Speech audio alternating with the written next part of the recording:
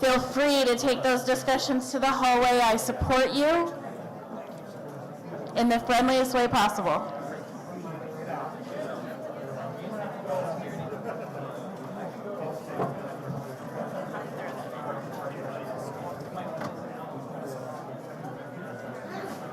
Bless you.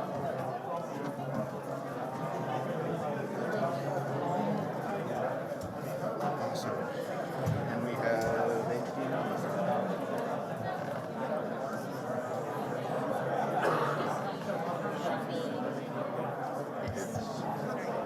Oh, there it is. Oh, okay. Oh, here we go. Let's do this. Yep, perfect. Uh-oh. That's fine. It's all right.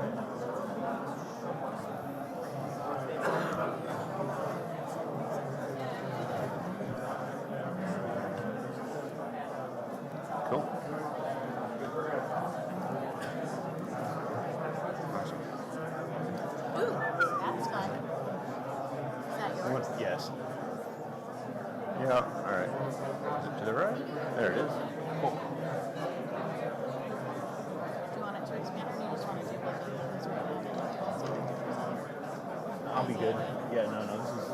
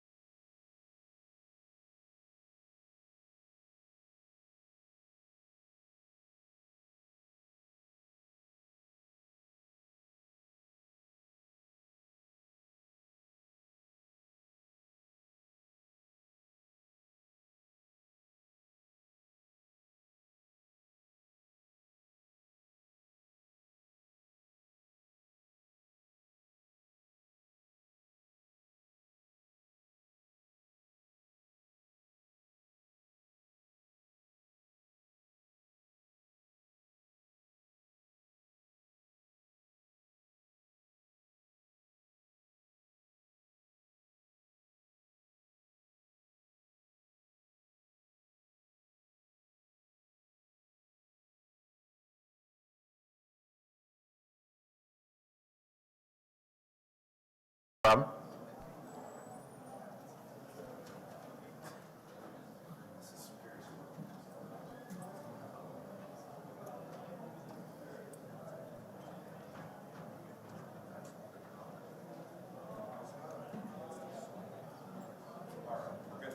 We good? Awesome. All right. Well, hello. Thank you for being here. I'm Ben from KC, which is kind of an ironic joke because I moved out of Kansas City last summer, but the name sticks. And I'm here to talk about, network security in the cloud, or maybe what isn't actually network security anymore and why that's new and different.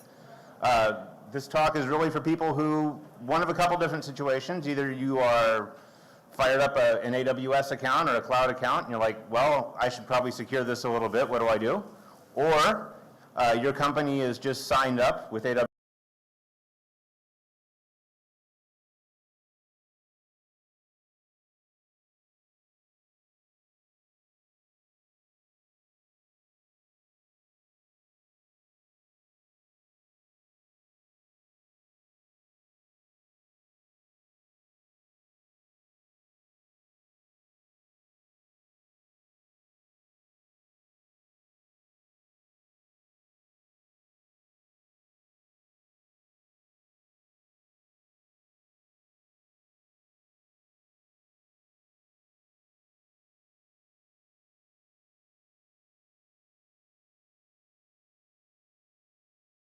A little over 26 years now.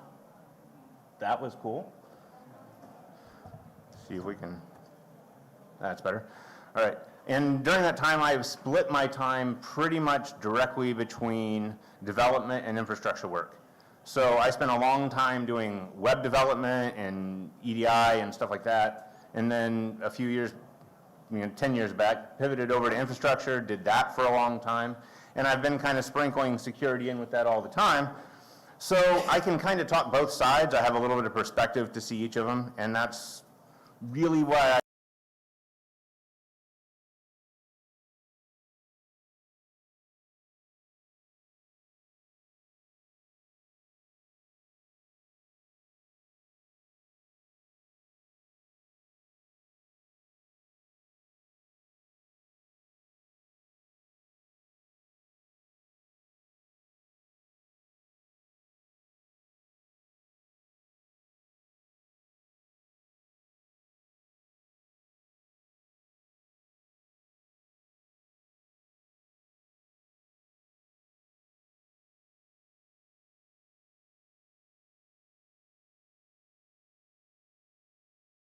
cloud, your attackers may have all the same access that you do,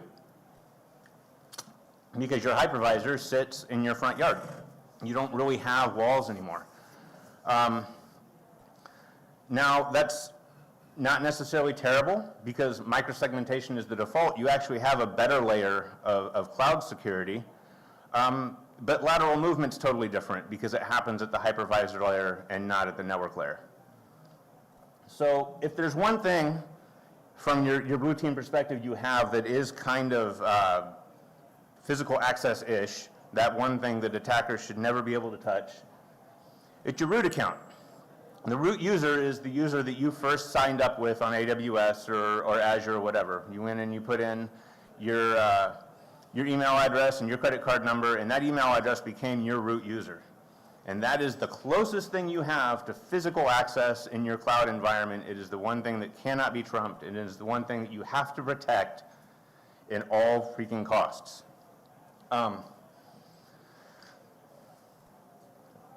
When you're setting it up, very first thing you want to do is turn on MFA. And in fact, set up 2 different kinds of MFA if you can. AWS now allows this. You can have more than one MFA source for your root account, so you absolutely want to have 2. The next thing to do is create a user in your environment that you can use from day to day that isn't the root user, because you don't ever want to use it again unless you absolutely have to. And the other thing I would love to talk about here, but AWS has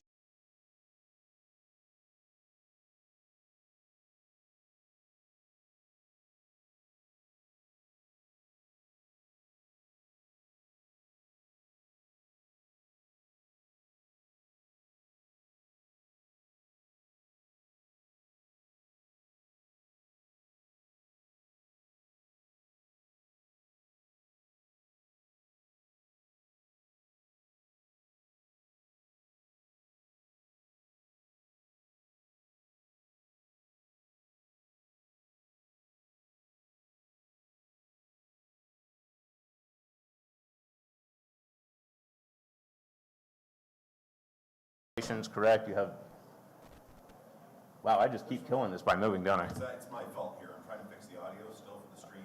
Oh, no worries. On the other side too, so get confused. Yeah, perfect. I thought I was just moving around and like jiggling this cable every time I did it. No. Fair enough. Okay. So anyways, Amazon will hopefully have a quality way of unlocking this for you. Again, I haven't been through it yet, so I can't tell you exactly what it is. All right, now we're down on both sides. What? That is bizarre. Okay.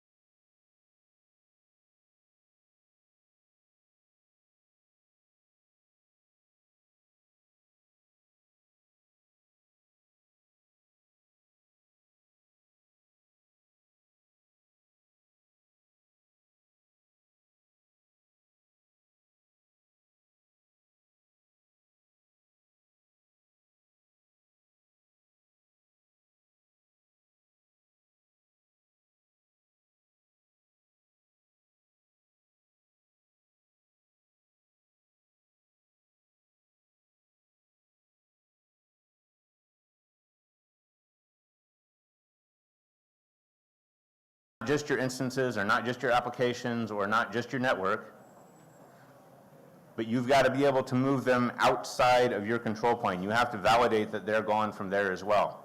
So when you're looking around and saying, okay, all of my VMs are now safe and we've dealt with that, and maybe my online Lambda functions are okay, you still have to look at your control plane. Do they have IAM access? Do they have storage access, et cetera? It's a much different thing. In this incident response point, this is where CloudTrail is super important. CloudTrail is an Amazon service that logs every API call. Foreshadowing, we'll get back to that later. But it is absolutely important because there are a lot of things that will happen outside of your network visibility, outside of any network telemetry you have, outside of your firewalls or your network taps or anything else will never show up there, will only show up as API calls. In an incident, or really just across the cloud in general, credentials are absolute king. Credentials are how people will move laterally and gain persistence. So you need to be, at any given point, ready to rotate them. You should have an inventory of every access key that you have in your environment and where all it's being used, so that you don't have to hesitate before you can pull the trigger to say every one of these things needs to change. That's hard to do. It's hard to do if you're midway through a cloud implementation, so start at the beginning if you can. And if you can't, you can just chain together some CLI commands to at least get your list of keys to start from. But what you can't do is, in the midst of an attack, when some number of these keys may be compromised, is have to sit down and have a discussion with your management about what will it take to rotate them and how are we going to test. That's something you should know ahead of time. So let's talk a little bit, we've been talking about blue team stuff, about what it's like attacking a cloud environment. Authorized pen testing of a cloud environment. The cloud environment, because, again, it's all on the internet, often exposes resources that you don't necessarily mean to expose. There's lots of things that just kind of show up on the internet. And these are also really popular exfiltration techniques. But snapshots of file systems, snapshots of databases. Everybody's heard about S3 blob or S3 storage and Azure blobs being available. But there's lots of other things. AMIs, machine images, queues, notification systems can all accidentally be made public. It's a really common misconfiguration in Amazon. If you say authenticated users, most people, when they read authenticated users, you're used to your Microsoft environment, you would think, well, that means everybody that's authenticated by my account. That's not actually what it is. That's every user in AWS anywhere in the world suddenly has access to it. And it's not uncommon to see people make that mistake. So when you're doing an authorized pen test on a cloud environment, one of the very first things that you'll want to do is start enumerating these. There's lots of scripts. There's lots of things that can start just enumerating this. Some of it's just DNS based. Every S3 bucket has a DNS name. So you can actually just start enumerating DNS to look for them.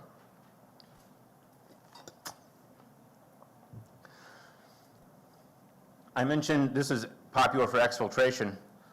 For instance, AMIs. It's very simple to take an EC2 instance, just a Linux machine, load it up with critical data, and then clone it and publish it as an AWI publicly. Now, it's very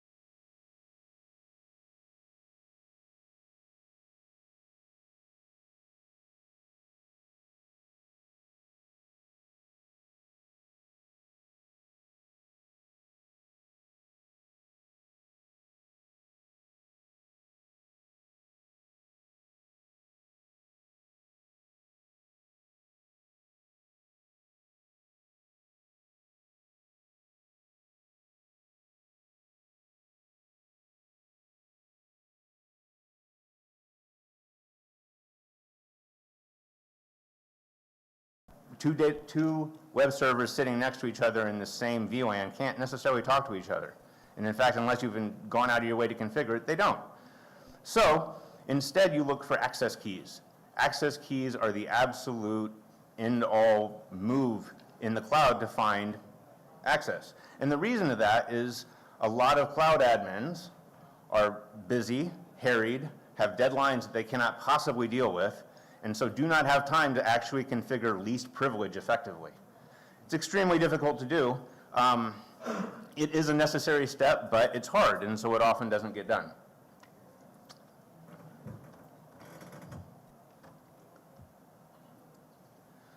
So let's talk about the easiest one of these, and because it is a great glowing example. Amazon has actually taken a few steps now to try and improve this. They've added some speed bumps to it. It's still definitely possible. But this is how you can jump directly out of an application vulnerability or a proxy misconfiguration or even command injection on the box to finding additional access within the environment that you now just have without really being culpable for. What I'm talking about here is the instance metadata service.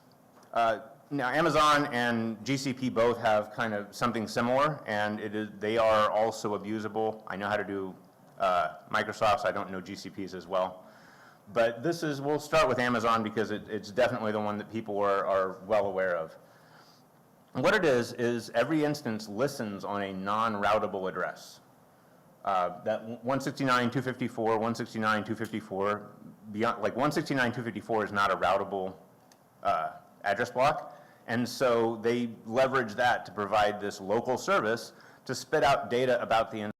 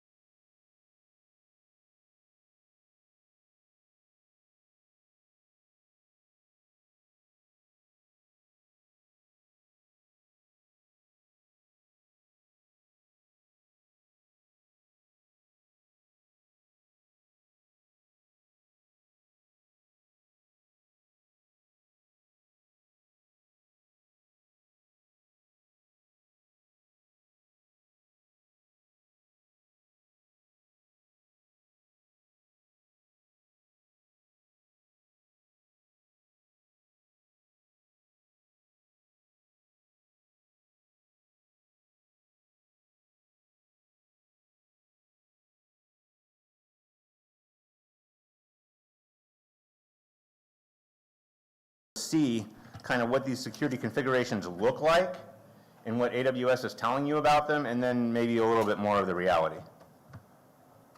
So if I go up here to my S3 buckets, we can see we got some buckets configured here, okay? And again, this is demonstration worthy, but it is demonstration type stuff. But if I go look in these buckets, and I go and like look at the permissions,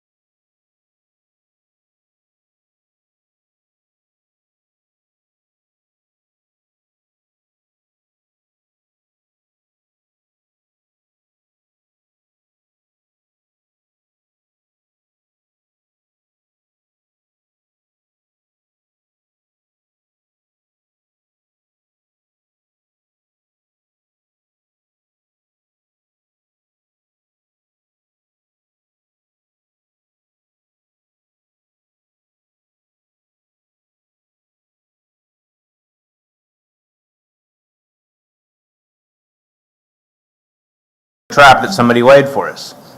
So we have here a module called detect honey tokens. Well, how would you detect honey tokens in a cloud environment where it's going to alert as soon as you make an API call?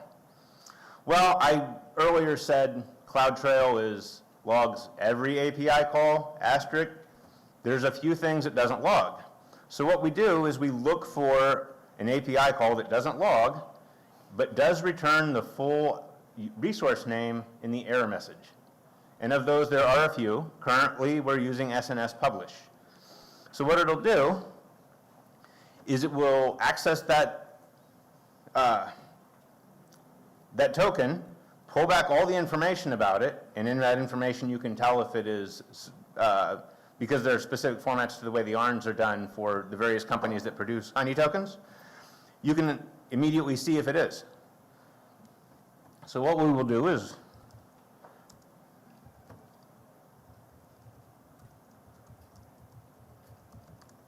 did I type it right? I did, look at that. So, from this output, it says, hey, this is not a honey token. And it also gives me the full ARN that I'm dealing with. Tells me, okay, this, I didn't know any of this walking into Paku, tells me what account I'm dealing with, tells me what role these tokens are, tells me that they're legit tokens.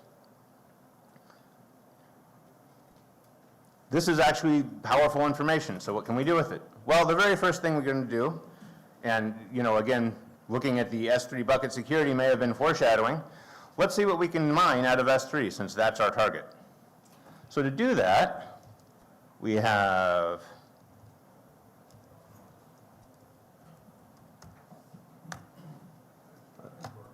do what? After S3, you have an extra underscore. That's actually supposed to be there.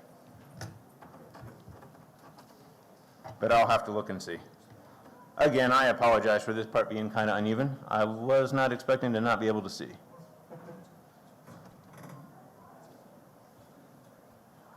All right.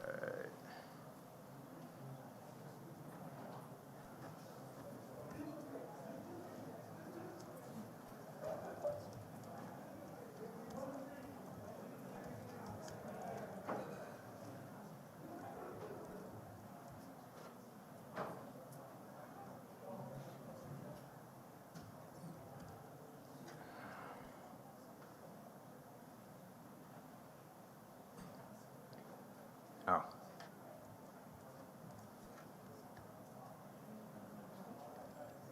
There we are.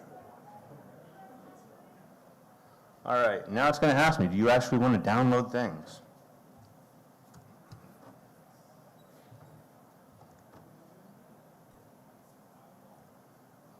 And you can see, this is, remember, green checkbox security on these buckets. Every one of them. Public access is denied. But because I have a credential that I found internally, I have all the access I want.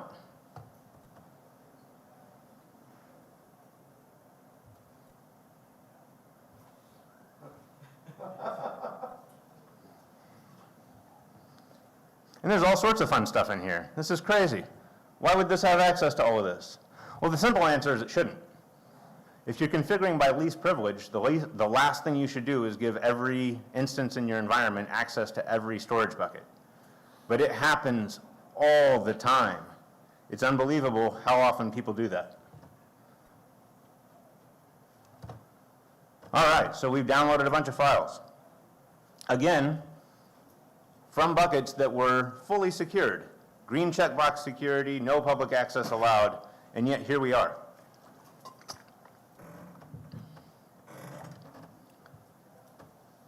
So from those buckets, we have cardholder data, we have administrative data, we have all sorts of fun stuff. And one thing that I will show you here, I think on some of those we can probably let sleeping dogs lie.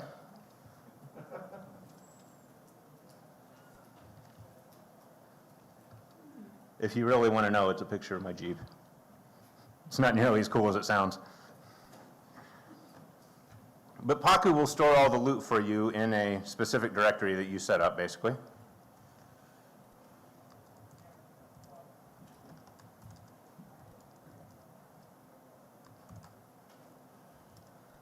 Let's see here.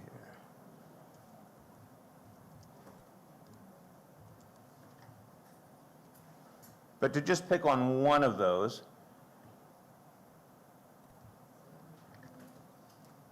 looking in there, this is our secret bucket. What's in the secret bucket? Well, there's admin credentials here. And now we can talk about what admin credentials actually look like. These are those permanent keys I was talking about. AKIA means that they will live forever. Someone has just left them out here. Now, our target, for this authorized pen test was to go get into the S3 bucket. So we're not going to try and go all the way through, plus we're about 4 minutes from end. Everything that these keys might have access to. But all of this happened, all of this stuff that you saw me do without any network telemetry showing up. None of this, outside of my initial calls to the application, went over the network that the company internally had defined, because S3 is an internet-facing endpoint. So none of this would have been, the only place this shows up maybe is CloudTrail, and that depends on whether or not you've configured data events. So I've gone out to this environment with green checkbox security approved by Amazon, pulled private data out without hardly any detection. And that is why all of that security gets so wrong these days. Oh yeah, that's right.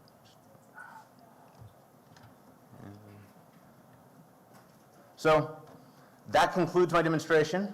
I do want to say thanks, first of all, to everybody here. Cons are a lot of fun, and they don't happen if nobody shows up, so thank you so much for being here. There's a lot of really cool stuff at this con, so thank you for taking your time to come out and watch my talk. I appreciate that for certain. And thanks to CactusCon for putting all this stuff on. This has been fantastic. I want to thank Recon InfoSec. They pay me to do cloud things. If you enjoy talks like this, if you enjoy talking about information security, come and join us on the Thursday Defensive. Happens every Thursday. It's a half-hour long. It's a Zoom meeting. It is a conversation, not a presentation.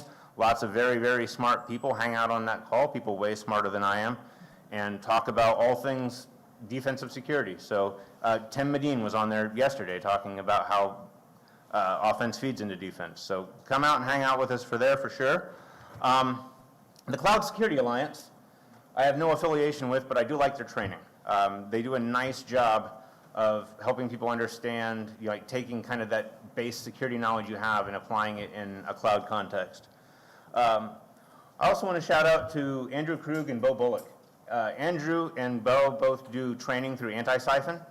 Andrew does training on the defensive side, Bo does training on the offensive side, and they are both fantastic. I learned more from the first day of either one of their classes than the entire AWS security specialist curriculum. They are very, very informative at a decent price. If you can make the time and can afford it, I highly recommend them.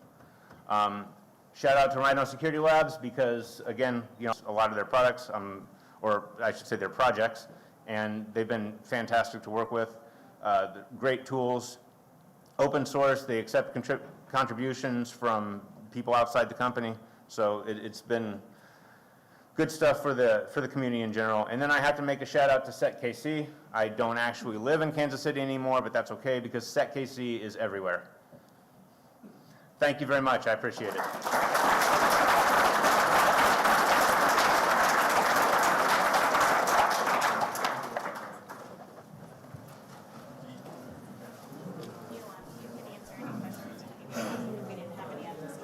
Okay. We were